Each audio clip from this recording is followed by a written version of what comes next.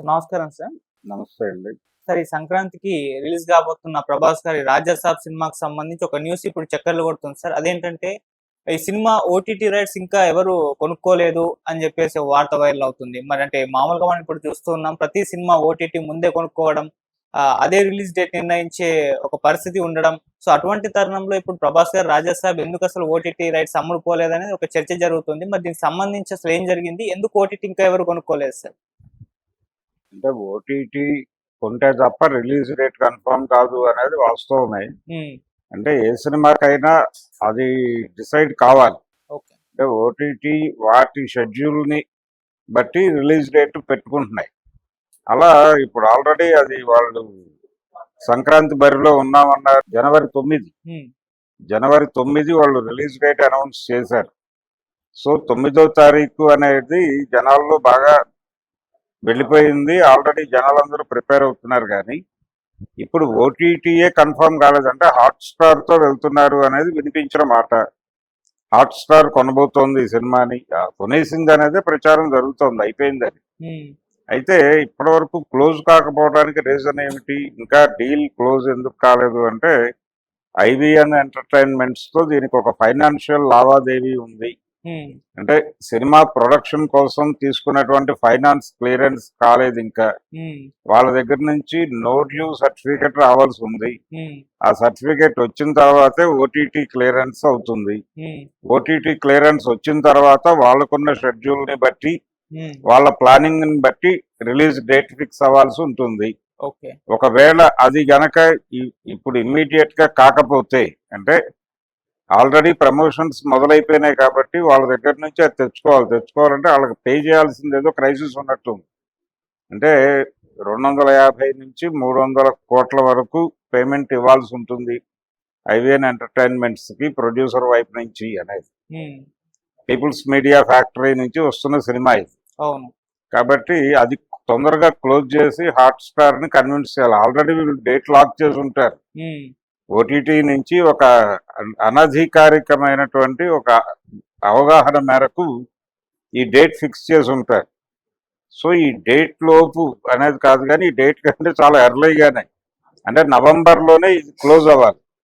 అంటే November first వీక్లో ఈ ఐవీఎన్ ఎంటర్టైన్మెంట్స్ గొడవ సెటిల్మెంట్ చేసుకుని ఆ సెటిల్మెంట్ పేపర్లు పట్టుకొచ్చి వీళ్ళకి ఇచ్చేసి ఇక్కడ క్లోజ్ చేసేస్తే ప్రపంచం ఫ్రీగా హ్యాపీగా 9వ తారీఖు జనవరి 9న సినిమా ఉంటుంది అని భరోసాలో వెళ్ళిపోవచ్చు. అంటే ఆల్రెడీ థియేట్రికల్ రైట్స్ కూడా అమ్మేశారు అని చెప్తున్నారు. హ్మ్. మరి థియేట్రికల్ రైట్స్ అమ్మేసినప్పుడు దాని తాలూకా అడ్వాన్సులు వచ్చేసి ఉంటాయి ఈ పాటికి. ఆ మేరకు ఫైనాన్స్ క్లియర్ చేసి ఉండాలి. చేయకపోతే రేపు పొద్దున వాళ్ళ దగ్గర నుంచి ప్రెజర్ మొదలవుతుంది, అవును. బయర్స్ నుంచి. ఓటీటీ మాత్రమే కాదు, దీనికి శాటిలైట్ హక్కులు అన్ని భాషలకి అమ్ముతారు. అంటే చాలా బిగ్ బిజినెస్ ఉంది. ఈ బిగ్ బిజినెస్కి ఆ చిన్న విండో అడ్డంకి అవుతుందా అనేది ప్రశ్న. దీని మీద రకరకాలుగా చర్చలు జరుగుతున్నాయి, కానీ అంత పరిస్థితి డెఫినెట్గా ఉండదు. అంటే రిలీజ్ పోస్ట్ పోన్ చేసేటువంటి పరిస్థితి కూడా రావచ్చు ఇలాంటి సందర్భాల్లో. హ్మ్. అంటే 9వ తారీఖు లోపు 9వ తారీఖు అనే డేట్ని వాళ్ళు గనక ఇన్ టైంలో చెప్పుంటే మేము లాక్ చేసేవాళ్ళం అండి. అది మీరు క్లోజ్ చేయాల్సిన టైంలో క్లోజ్ చేయలేదు కాబట్టి 9వ తారీఖు రిలీజ్ మాకు ఇబ్బంది ఉంది, మీరు నెక్స్ట్ ఇయర్ పెట్టుకోండి, ఇలాంటి మాటలు ఏవైనా మాట్లాడే అవకాశం ఉంటుందా హాట్‌స్టార్ నుంచి అనేది కూడా చూడాలి. ఓకే. అలాంటి ప్రమాదం దాకా కండిషన్ని తీసుకెళ్ళకపోవచ్చు వీళ్ళు.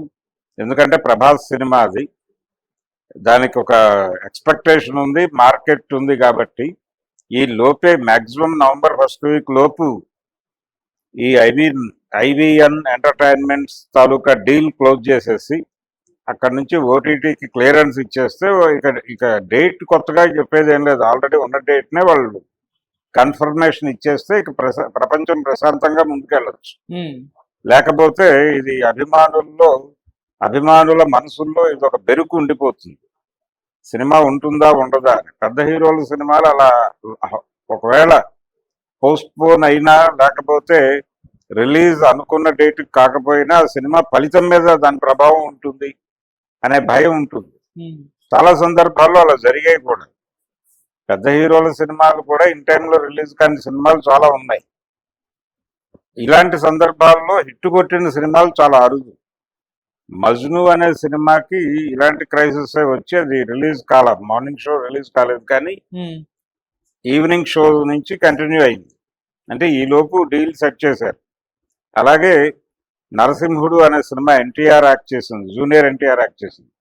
ఆ సినిమాకి కూడా ఇలాంటి క్రైసిస్ వచ్చి ప్రొడ్యూసర్ వెళ్ళిపోయి చెంగల వెంకట్రావు గారు హుస్సేన్ సాగర్లో దూకాడు. దూకిన తర్వాత ఎన్టీఆర్, బి గోపాలు, సురేష్ బాబు వీళ్ళందరూ పూనుకుని మొత్తానికి ఆ సినిమాని ఫస్ట్ షో నుంచి రిలీజ్కి అవకాశం కల్పించారు. ఆ రోజున అంటే రామానాయుడు ల్యాబ్కి ఇవ్వాల్సిన పేమెంట్ ఇవ్వలేదనేది గొడవ. కానీ ఇప్పుడు ఆ కండిషన్ కాదు. ఇది ఫైనాన్సర్స్ దగ్గర నుంచి నో డ్యూ సర్టిఫికెట్ రాలేదు అనేదే ఇక్కడ ఇష్యూ. కాబట్టి ఆ సర్టిఫికెట్ తొందరగానే తీసేసుకోవచ్చు. ఎందుకంటే థియేట్రికల్ రైట్స్ అయిపోయింది. అంటే ఓటీటీ శాటిలైట్కి సంబంధించి కూడా వీళ్ళు ప్రాథమిక అవగాహన అయితే కుదుర్చేసుకున్నారు, అయిపోయింది. అది కూడా హాట్స్టార్తో అయిపోయింది, ఫైనల్ డీల్ కాలేదు అంతే. శాటిలైట్ రైట్స్ కూడా ఆల్రెడీ కమిట్ అయిపోయి ఉంటారు, కొంత అడ్వాన్సులు తీసేసుకుని ఉంటారు. సో ఇవన్నీ పెట్టి ఆయన క్లియర్ చేయటం అనేది పెద్ద ఇష్యూ కాదు. సో ఇది ఈ ఘర్షణ ఇది సినిమా రిలీజ్ మీద ప్రభావం చూపించేంతగా ఇది నడవదు అనేది నేను ఫీల్ అవుతున్నాను, నడవనివ్వరు అని. అందుకని నవంబర్ ఫస్ట్ వీక్లో దీనికి సంబంధించిన క్లియరెన్స్ వచ్చేస్తుంది. సో ప్రపంచం ఆందోళన పడాల్సినటువంటి అవసరం ఏం లేదు. రాజాసాబ్ ఇన్ టైం అనుకున్నట్టుగానే జనవరి 9వ తారీఖున రిలీజ్ అవుతుంది గ్యారంటీగా. Okay sir, thank you so much.